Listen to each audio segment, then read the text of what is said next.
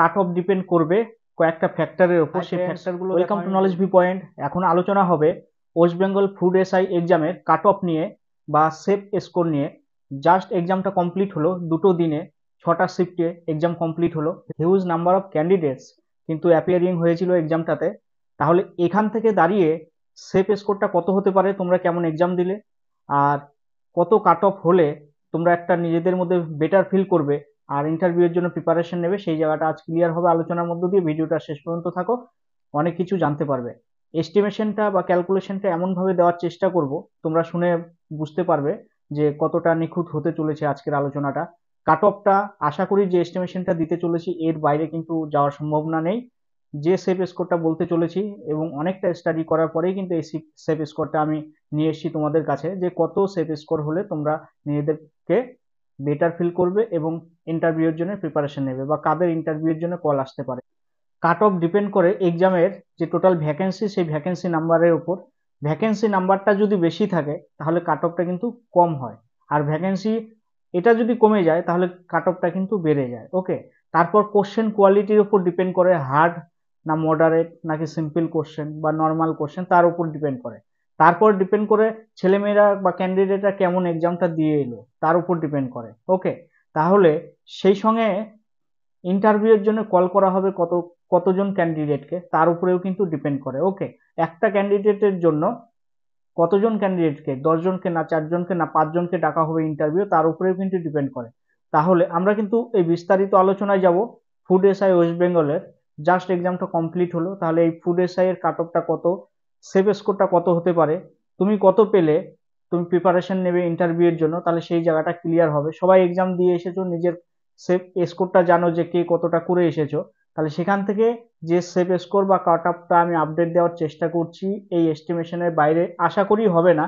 তোমরা জাস্ট আমাদের ভিডিওটা সঙ্গে থেকে এস্টিমেশনটা দেখে নাও, সঠিক এবং নিখুঁতভাবে একটা স্টাডি করে তারপরে কিন্তু এস্টিমেশনটা দেওয়ার চেষ্টা করছি। এটা টোটালি বেসড অন কিন্তু প্র্যাকটিক্যাল নলেজ এবং প্র্যাকটিক্যাল ক্যান্ডিডেটদের কাছ থেকে ইনফরমেশন নিয়ে তাদের যে প্রিপারেশন এসছেন, তাদের যে এক্সাম দিয়ে আসার ফল এবং ওভারঅল কোশ্চেন স্টাডি করে তার উপর বেস করে কিন্তু এই কাট অফটা আপডেট যাচ্ছে।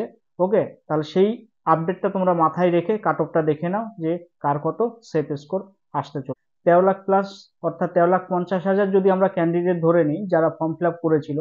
এইবার সবাই পরীক্ষায় কিন্তু বসেনি, সবাই অ্যাপিয়ারিং হয়নি এক্সামে, এটা কিন্তু ইনফরমেশন পাওয়া যাচ্ছে। তাহলে ধরে নেওয়া যাক যদি 30% ক্যান্ডিডেট এক্সামে অ্যাপিয়ারিং না হয়, তাহলে অ্যাকচুয়াল যে ক্যান্ডিডেট এক্সামে অ্যাপিয়ারিং হয়েছে তার সংখ্যাটা দাঁড়াবে 9,45,000। ওকে, এইবার 9,45,000 যদি পরীক্ষার্থী, অ্যাকচুয়াল পরীক্ষার্থী যারা পরীক্ষায় বসেছে এটা হয়, যদি 30% অ্যাবসেন্ট থাকে, এবার অ্যাবসেন্টের সংখ্যাটা যদি আরো বেড়ে যায় তাহলে কি হবে? ধরে নাও যদি 40% অ্যাবসেন্ট থাকে, ওকে, থাকতেই পারে, মানে অ্যাবসেন্টের পরিমাণটা এতটা বেশি হয়েছে যে যার জন্য এটা কিন্তু বলা যেতে পারে যে 40% হয়তো অ্যাবসেন্ট আছে। যদি ধরেই নিই 40% যদি অ্যাবসেন্ট থাকে, তাহলে নাম্বার অফ ক্যান্ডিডেট যারা অ্যাকচুয়াল পরীক্ষার্থী পরীক্ষায় বসেছে সেটা সংখ্যা দাঁড়াবে 8,10,000। এবার 8,10,000 এই পরীক্ষার্থী সবাই কিন্তু খুব ভালো নাম্বার পেয়েছে বা খুব ভালো এক্সাম দিয়েছে তা তো নয়। ওকে, এইবার চলে আসি কোশ্চেনটা কেমন ছিল। এটা মনে রাখবে যে 8,10,000 পরীক্ষার্থী, অ্যাকচুয়াল পরীক্ষার্থী ধরে নাও যে এক্সামে বসেছে, অ্যাপিয়ারিং হয়েছে। এবার কোশ্চেন পেপারটা খুব ইজি হয়েছে এটা কিন্তু শোনা যাচ্ছে ক্যান্ডিডেটদের কাছ থেকে। এবার কোশ্চেন পেপার খুব ইজি হওয়ার জন্য যারা খুব ভালো ক্যান্ডিডেট ফুড এসআই এর জন্য ভালো প্রিপারেশন নিয়েছো, সেই সঙ্গে যারা যে সমস্ত ক্যান্ডিডেট ডাব্লিউবিসিএস, মিসলেনিয়াস বা আদার্স গভর্নমেন্ট জবের জন্য খুব হার্ডলি স্ট্রংলি যারা স্টাডি করো কন্টিনিউ, তারা যদি এই এক্সামে বসে থাকে তাহলে তারা কিন্তু খুব ভালো পরীক্ষা দিয়েছে। কোশ্চেনটা যেহেতু খুব ইজি টাইপের ছিল, এবার কোশ্চেন খুব ইজি হওয়ার জন্যও যদি 50টা কোশ্চেন জিকে বা জেনারেল সায়েন্স, সেখান থেকে যদি 50টা কোশ্চেনকে 50টা কোশ্চেনও আনসার করে আসে বা 50টা কোশ্চেনই পারবে ধরে নেওয়া যাক, সে তার কিন্তু এই 1.5 ঘন্টা টাইমের মধ্যে 30 মিনিট কিন্তু লাগবে। 30 মাইনাস টাইম কিন্তু জাস্ট লাগবে 50টা জিকে করার জন্য, যে সবকটা জিকে পারবে। ওকে, তাহলে বাকি থাকে কিন্তু 1 ঘন্টা বা 60 মিনিট। 60 মিনিটে তাকে ধরে নিচ্ছি যে তারা ভালো ক্যান্ডিডেট, তারা 50টা অঙ্কই করতে পারবে, কিন্তু ওই 60 মিনিটের মধ্যে 50টা অঙ্কই কিন্তু করে আসা হয় না বা যায় না। ওকে, তাহলে সেক্ষেত্রে যে খুব ভালো ক্যান্ডিডেট যারা খুব ভালো বেস্ট দিয়েছে আর কি, তারা সেখানে 45টা অঙ্ক করেছে, 5টা অঙ্ক এদিক ওদিকে হয় পারেনি টাইমেরও অভাবে, জানবে করতে পারবে কিন্তু টাইমের অভাবে সে করতে পারেনি, হতেই পারে। তাহলে 45 মার্ক। তাহলে এইদিকে দেখো 50 মার্ক আর ওখানে 45, তাহলে 95 মার্ক। খুব ভালো ক্যান্ডিডেট যারা তারা কিন্তু এই 95 মার্ক ক্যারি করে যাচ্ছে।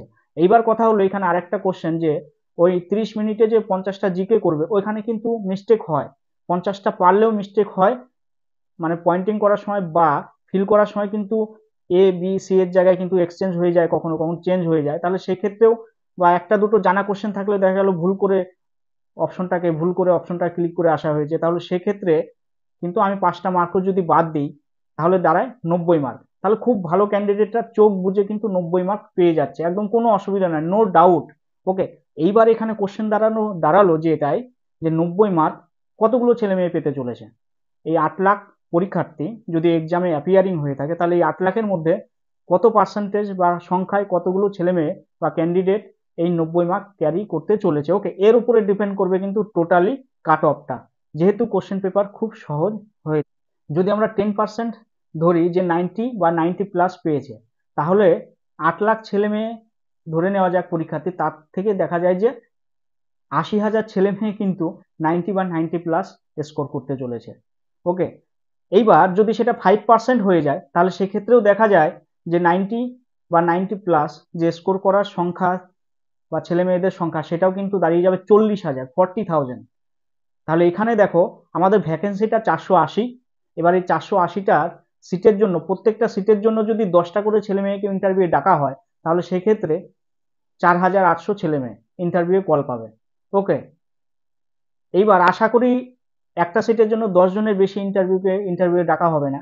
যদি সেক্ষেত্রে আরেকটু বাড়িয়েও দেওয়া হয়, ওকে, তাহলে সেক্ষেত্রে আমরা যদি পার ক্যান্ডিডেট মানে পার সিটের জন্য যদি আমরা ধরি যে 15টা ছেলে মেয়েকে ইন্টারভিউ ডাকা হবে ম্যাক্সিমাম, এটা হয় না কিন্তু, তাও যদি ধরে নেই তাহলে 15টা, তাহলেও দাঁড়ায় যে 7,200 জন ছেলে মেয়েকে মানে এই এক্সামে পাস করানো হচ্ছে বা পাস করাতে পারে, এবং সেটা হলো ইন্টারভিউয়ের জন্য, ইন্টারভিউ কল করা হবে তাদের। এবার ইন্টারভিউয়ের পরে কি হবে সেটা তো আলাদা ব্যাপার, আমি কাট অফটার কথা বলতে চলেছি এখানে, যে কাট অফটা কত হবে।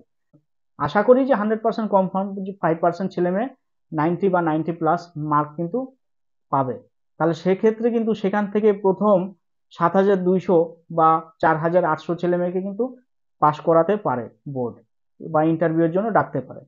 তাহলে দেখো কাট অফটা ওই 90 বা 90 প্লাস এইখানেই কিন্তু দাঁড়িয়ে যাচ্ছে, কাট অফটা এইখানেই আটকে যাচ্ছে। ওকে, এইবার কথা হলো যে 1% ছেলে মেয়েও যদি 90 বা 90 প্লাস পায়, তাহলে কিন্তু সেই সংখ্যাটা দাঁড়াবে 8 লাখ থেকে 8,000। তাহলে এবার ভাবো 8,000 সংখ্যা যদি দাঁড়ায় 90 বা 90 প্লাস ক্যান্ডিডেট, তাহলে সেক্ষেত্রেও কিন্তু ওই 4,800 বা 7,200 ক্যান্ডিডেট ওইখান থেকে উঠে আসবে। তাহলে কাট অফ কিন্তু হাই হতে চলেছে, যেহেতু কোশ্চেন পেপারটা খুব ইজি আর নাম্বার অফ ক্যান্ডিডেট অনেক বেশি, আর যেহেতু ভ্যাকেন্সিটা অনেক কম, এতগুলো ফ্যাক্টর কিন্তু একদম জড়িত। তাহলে সেক্ষেত্রে তোমাদের আশা করি তোমাদের কাছে কাট অফটা ক্লিয়ার। যারা 90 বা 90 প্লাস পাচ্ছ তারা কিন্তু প্রিপারেশন শুরু করে দাও, টাইম ওয়েস্ট করো না ইন্টারভিউয়ের জন্য। তোমরা কিন্তু অবশ্যই ইন্টারভিউয়ের জন্য হয়তো কল পাবে। ওকে, এইবার কথা হলো যে 6টা শিফটে কোশ্চেন হয়েছে বা এক্সাম হয়েছে, তাহলে সেক্ষেত্রে নর্মালাইজেশন একটা ব্যাপার হওয়ার কথা চলছে হয়তো। তাহলে সেক্ষেত্রে কি হবে, দেখো নর্মালাইজেশন ব্যাপার যদি হয় সেক্ষেত্রে জেনারেল যারা আছো তাদের আশা আশা রাখা যাচ্ছে ওই 90 বা 90 প্লাস থেকে নিচে আসবে না। ওকে, এবার সেফ স্কোরটা এক্স্যাক্টলি বলি, জেনারেলদের জন্য সেফ স্কোরটা বা কাট অফটা হতে চলেছে হয়তো 90 বা 90 প্লাস, এর নিচে কখনোই নয়। ওকে, এইবার ওবিসিদের জন্য সেটা কত হতে পারে, 88 বা তার অ্যাবাভ, এসসিদের জন্য 85 তার অ্যাবাভ, নিচে নয়, এসটিদের জন্য 80। ওকে, এবার নর্মালাইজেশনের জন্য যদি সেফ স্কোরটা কমে তাহলে জেনারেলদের ক্ষেত্রে কোনো কিন্তু ইফেক্ট পড়বে না আশা করা যায়, ওদের সেফ স্কোরটা বা কাট অফটা 90 বা 90 অ্যাবাভই থাকতে পারে বা থাকবে হয়তো। আর এসসিদের সেটা 88 থেকে হয়তো 85 আসতে পারে, আর ওবিসিদের যেটা 88 থেকে হয়তো একটু কমতে পারে।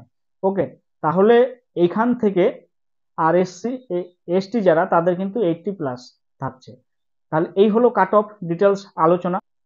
ফুড এসআই এক্সাম দিয়ে আসার পরে যারা খুব টেনশনে ছিলে যে সেফ স্কোর কত হতে পারে, কাট অফ কত হতে পারে, আমি এই ভিডিওটার মধ্য দিয়ে সেই সেফ স্কোর বা কাট অফটা আলোচনা করলাম। আশা করি তোমাদের কাছে ক্লিয়ার হয়ে গেছে। অবশ্যই ভিডিওটা যদি ভালো লেগে থাকে তাহলে অবশ্যই লাইক কমেন্ট শেয়ার করো। আমাদের চ্যানেলে যদি নতুন হয়ে থাকো তাহলে অবশ্যই চ্যানেলটাকে সাবস্ক্রাইব করে রাখো, নোটিফিকেশনটাকে অন করে রাখো। আমাদের চ্যানেলটার নাম হলো কেভিপি নলেজ ভিউ পয়েন্ট। আমাদের চ্যানেলে কিন্তু ইউটিউবে অনলাইনে কোচিং করানো হয়, স্টাডি করানো হয়। এখানে কোনো রকম ফিজ লাগে না। আমাদের প্লে লিস্টে যাবে, তোমরা তোমাদের পছন্দ মতো সাবজেক্টগুলো বেছে নিয়ে কিন্তু তোমরা স্টাডি করবে। আজকের আলোচনা এই পর্যন্তই। জয় হিন্দ, বন্দে মাতরম, ভারত মাতা কি জয়।